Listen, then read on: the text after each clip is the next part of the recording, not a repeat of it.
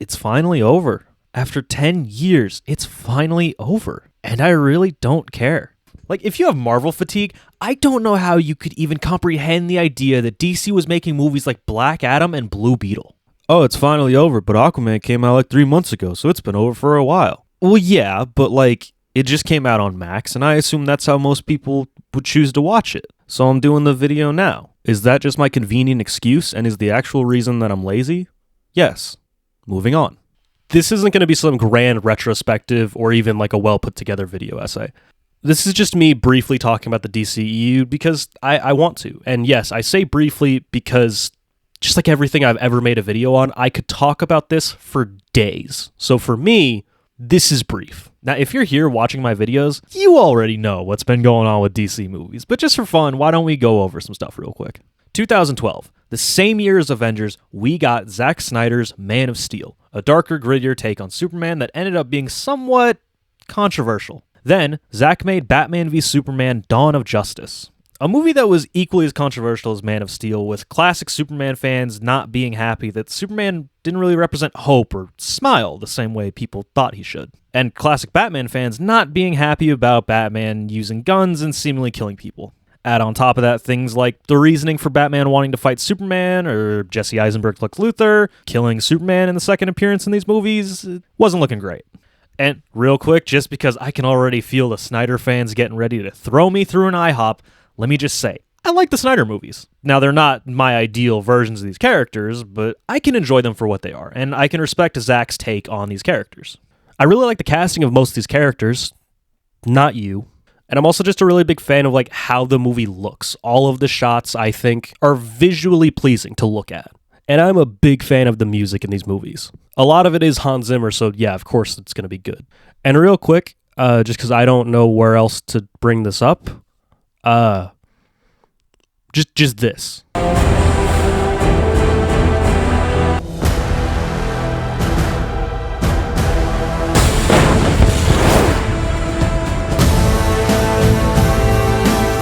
Does anyone else hear that? Is that just me?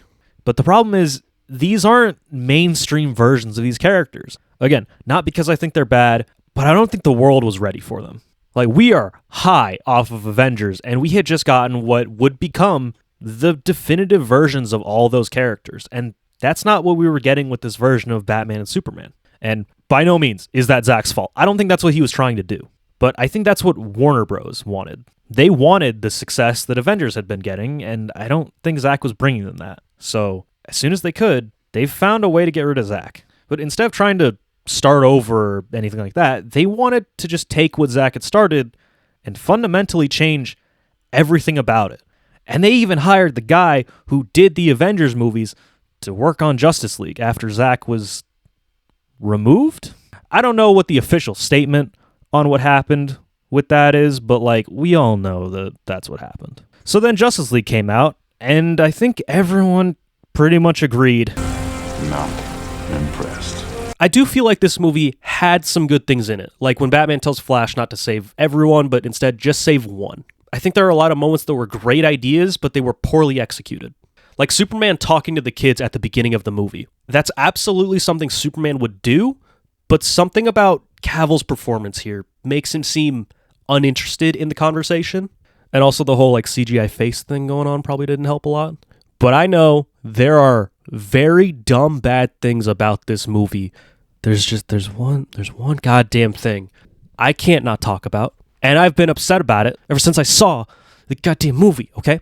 In Justice League. The final battle, it's the Justice League. It's everyone except Superman going to fight Steppenwolf. And we have been seeing the scenes of this family the entire goddamn time.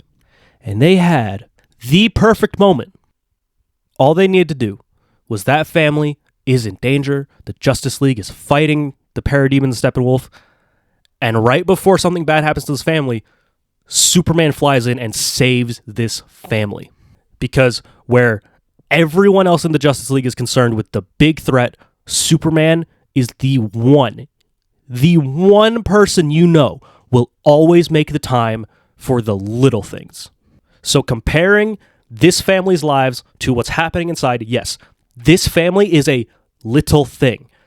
This is what Superman does. He does this. He should be saving these people. That should be his introduction into the final fight, is saving people. I get the idea that Superman is the big gun, right? He is the heavy hitter. Of course, he's going to be the one who actually beats Steppenwolf, but God, like, it was set up the entire time just thinking, oh, Superman's going to go save them. And then all of a sudden, Batman's just like, Flash, go save them. He goes out, and Superman, he's saving a bigger building. Like, he's better at saving people. Like, what is that? Why? What's the point of that? Obviously, Superman going and saving people, that is his whole goddamn thing. The cat in the tree, that's him. But why is it this moment of one-upping the Flash? Like, why is it like, oh, he's that much better? Why isn't it this just genuine moment of Superman will get to the big problems when he needs to? Right now, this family's in danger. They need him the most, so he will go to them. It was so clear to me at 17 years old, when I had no idea anything about storytelling. That was so clear to me, and the entire time I was just like, oh, Superman's gonna go save them. And when he didn't, I was so like, what was the point of this? When that should have been the perfect reintroduction of Superman. How did they fumble it that hard? But it's taking all of these different things, the good and the bad, and trying to put them all together and say, look, it's one big great thing. And all that's doing is bringing down any of the good things by connecting them to the bad things. And I think that's the problem with the DCEU. I know I said it was a different thing earlier, but it's this thing too, and probably a bunch of other stuff. All right, so just to go through the timeline, we got Man of Steel, Batman v Superman, Suicide Squad, and Wonder Woman, which all seemed to fit in really well with what Zack was doing. And then, of course, the theatrical version of Justice League happened. And it was followed by Aquaman, Shazam, Birds of Prey and the Fantabulous Emancipation of One Harley Quinn, and Wonder Woman 1984. 2 of those I thoroughly enjoyed, and 2 of those I didn't care for. But more importantly, none of them really fit into the world that Zack was building. And then the internet was able to pull off a miracle, and we got Zack Snyder's Justice League. And more importantly, Zack Snyder's Justice League. Justice is gray. This was Zack's original vision for the Justice League movie, and it ended up being 4 hours long. I have seen this movie 3 times. 12 hours of my life, half a day, has gone to Zack Snyder's Justice League. And it's fine. Like, it's leagues better than the theatrical release, but it's still just more of Zack's DCEU, which, again, I enjoy for what it is. But I think Warner Bros. And DC kind of want you to not acknowledge that. So, moving forward, we have The Suicide Squad, which was made by James Gunn, who we all loved from making the Guardians of the Galaxy movies. And then we got the DCU's first and, I'm pretty sure, only TV show, Peacemaker. So now we have these new James Gunn projects, and they also don't really fit into the world Zack was building, but also, like, they kind of don't really fit into the world of the other movies either, which is where we go back to with Black Adam, Shazam Fury of the Gods, The Flash, Blue Beetle, and Aquaman and the Lost Kingdom. So within this single universe, we have Zack Snyder's vision, James Gunn's vision, and seemingly Warner Bros. Vision.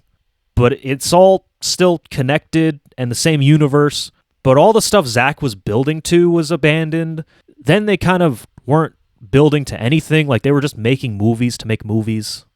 We started all this with Superman and Batman, and I will sit here and argue that somehow the main character of the DCEU is Harley Quinn. Harley is in the first Suicide Squad movie, the 3rd movie in the universe, which, yes, has problems, is not good, but still fits in line with the Snyder side of things. Harley was also in Birds of Prey, which is right there with what I classify as the Warner Bros. Movies.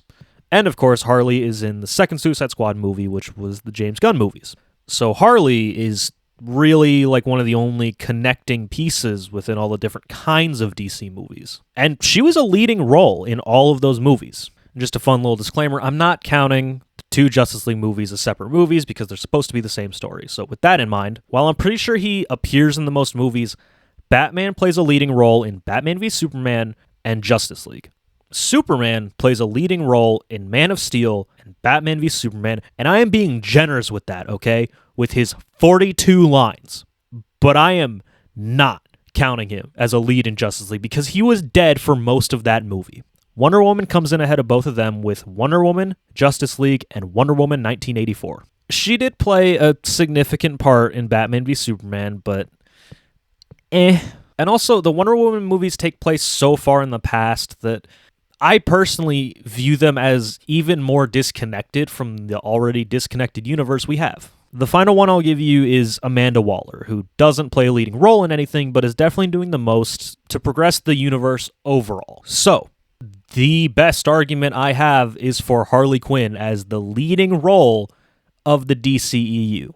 If you watched my MCU videos, you know I referred to Tony Stark Iron Man and Steve Rogers Captain America as pillars of the MCU. The best pillar I can think of for the DCEU is Harley Quinn. That alone should be enough for you to see how crazy all this is. But if that's somehow not enough, let's just start looking at some of the things in this universe, okay? Like sometimes the Justice League is there, right? Like they're just there at the end of Peacemaker. But sometimes they're not there, like how they're not there in Aquaman 2 when the world is being polluted or whatever. Oh, but sometimes they are there for like when the Flash is happening, like the beginning of the Flash. But sometimes they're not there, like with what's happening with Black Adam. Oh, but it's okay because the Justice Society is there for Black Adam and only Black Adam. Like they exist to go fight Black Adam and the Devil, and they probably existed for a while, but like they aren't important enough for Batman when he's looking to create the Justice League. Like they don't matter.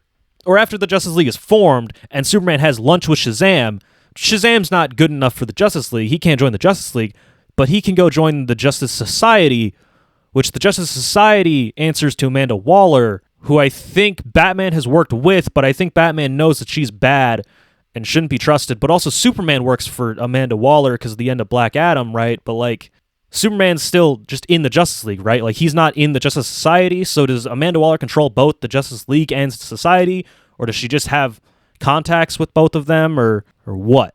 Okay, and so if Amanda Waller has access to the Justice League, then in the Suicide Squad, why wouldn't she just call in like Superman or the Justice Society to come deal with Starro? Like when Starro breaks out and they're like, Waller, what do we do? And why didn't she just say, oh, this is out of your league, don't worry about it, I'm calling in the big guns, you go home? It's just so weird and wrong, and maybe it wouldn't be.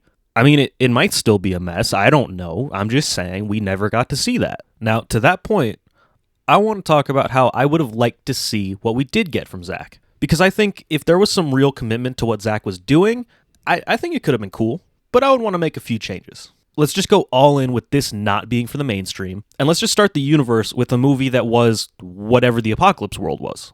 We do a movie where Batman and whoever his team is are on the Apocalypse world and are trying to deal with evil Superman. It's just everything we were seeing from those dream sequences, except in its own movie. And then that movie would end with Batman using himself as bait to distract Superman, so Flash and Cyborg could get to, like, I don't know, the cosmic treadmill or something, and then you send Flash back in time to warn Bruce. So, like, just that dream sequence from Batman v Superman, that would be the ending of this movie. So now we're kind of starting with a Flashpoint, kind of like what the animated movies did, those ones that started in, like, what, 2013? I don't know, I think it could have been a cool way to, like, establish what we were seeing, what all that was. And I think it kind of gives better reasoning to why we had the versions of Batman and Superman that we did have in those movies. But also, I'm not a professional writer. I'm dumb. And I'm also just disappointed in everything we did get from the DCEU. It was 10 years of kind of just random movies, doing whatever. Like I've been saying this whole time, it was just a big old mess. But it's okay, because they're fixing everything by just getting rid of this, saying no, shut up, and they're just starting over. And I appreciate that. I really do. Okay. See you.